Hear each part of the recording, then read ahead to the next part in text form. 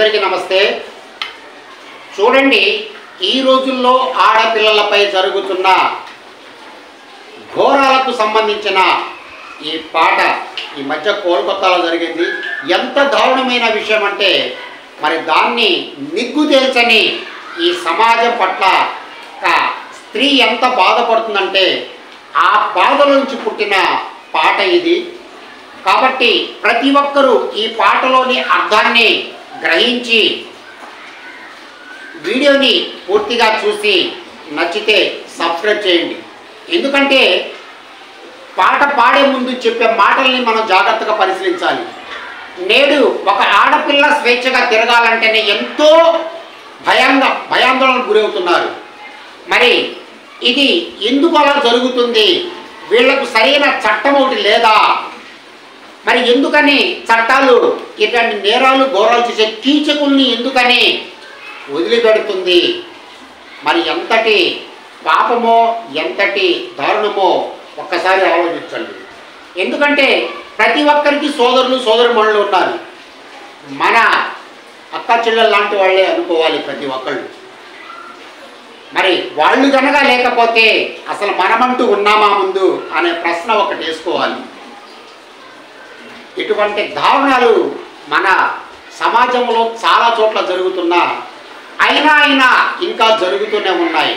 మరి దీనిపై ఒక ప్రత్యేకమైన చట్టం రావాలని ప్రతి ఒక్క సామాన్యుడు కూడా కోరుకుంటున్న తరుణం ఇది.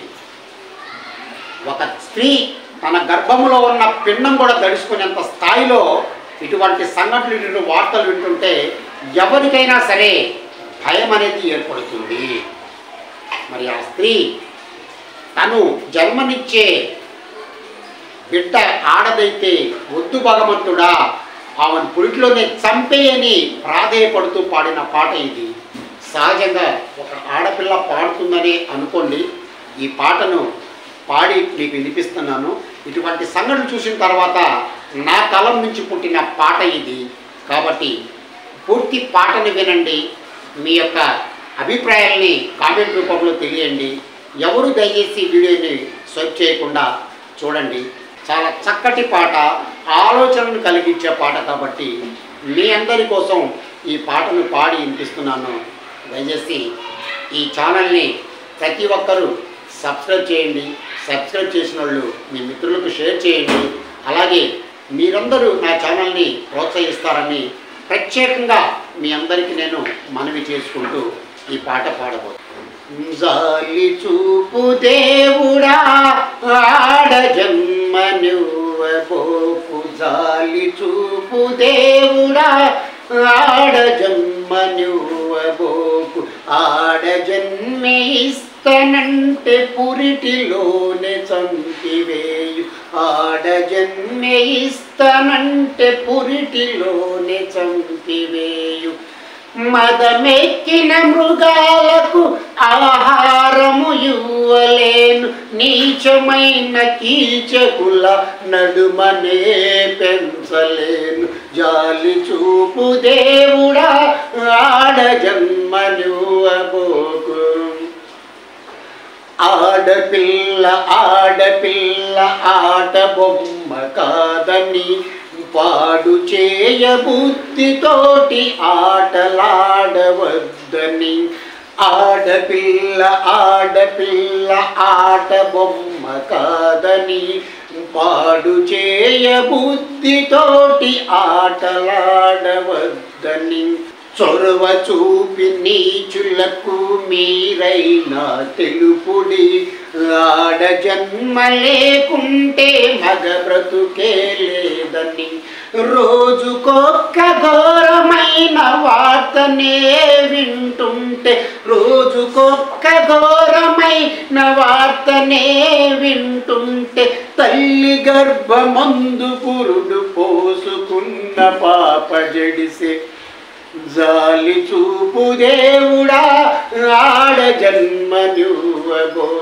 జాలి చూపు దేవుడా ఆడ జన్మనివ్వబోకు. ఆడపిల్ల ఒంటరిగా తిరగలేని దుస్థితి, తిరిగి నా స్వేచ్ఛగా ఇల్లు చేరలేని స్థితి, ఆడపిల్ల ఒంటరిగా తిరగలేని దుస్థితి. తిరిగి నా స్వేచ్ఛగా ఇల్లు చేరలేని స్థితి, మదమహంకారులను చెరసాలకు పంపేటి చట్టమొకటి ఉన్నదని చెప్పుకుంటే ఫలితమేం? న్యాయమా ఒక్కసారి కళ్ళు తెరిచి చూడవే, న్యాయమా ఒక్కసారి కళ్ళు తెరిచి చూడవే, నిన్ను వశపరుచుకున్న గనుల చరిత కనవే. జాలి చూపు దేవుడా ఆడ జన్మనువ్వబోకు, జాలి చూపు దేవుడా ఆడ జన్మనువ్వబోకు.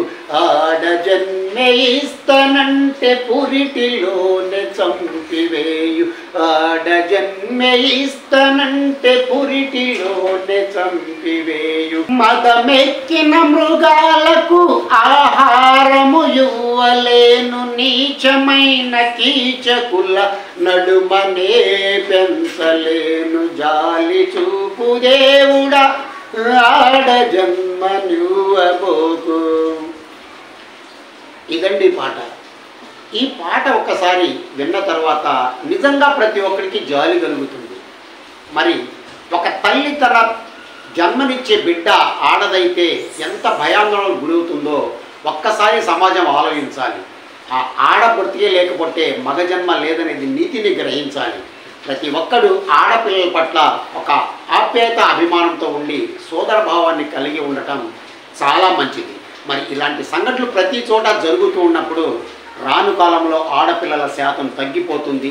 ఆ తగ్గిపోవటం మూలంగా ఆ తర్వాత తరానికి చాలా భయంకరమైన ఆపద అనేది, ముప్పు అనేది కలిగి ఉంటుంది. కాబట్టి ప్రతి ఒక్క యువకుడు, ప్రతి ఒక్క మగాడు తప్పకుండా ఈ విషయాల్ని దృష్టిలో పెట్టుకోవాలి. మనమందరం ఆడపిల్లలకి స్వేచ్ఛా స్వతంత్రాన్ని కల్పించాలి. అలా కల్పించినాడే భారతదేశంలో నిజమైన స్వాతంత్రం వచ్చింది అని ప్రతి ఒక్కరు భావిస్తాడు. కాబట్టి ఎవరు ఆడపిల్లల్ని పాడు చేయవద్దు. దయచేసి వాళ్ళని స్వేచ్ఛనివ్వండి, వాళ్ళని చదువుకోనివ్వండి, వాళ్ళని ఎదగనివ్వండి. వాళ్ళు లేకుంటే మనం లేము. కాబట్టి ఈ ఒక్క మాటను ప్రతి ఒక్కరూ గుర్తుపెట్టుకొని ముందుకు సాగుతారని ఎవరికి వారికి ఆత్మ పరిశీలన చేసుకోవాలి. వాళ్ళు మనలాంటి ఆడబిడ్డలే కదా అని. కాబట్టి మీరందరూ ఖచ్చితంగా ఇటువంటి సంఘటనలు జరిగినప్పుడు దాన్ని ఖండిస్తారని, దానికోసము ప్రశ్నిస్తారని నేను మనస్ఫూర్తిగా కోరుకుంటూ మీ అందరికీ ధన్యవాదాలు.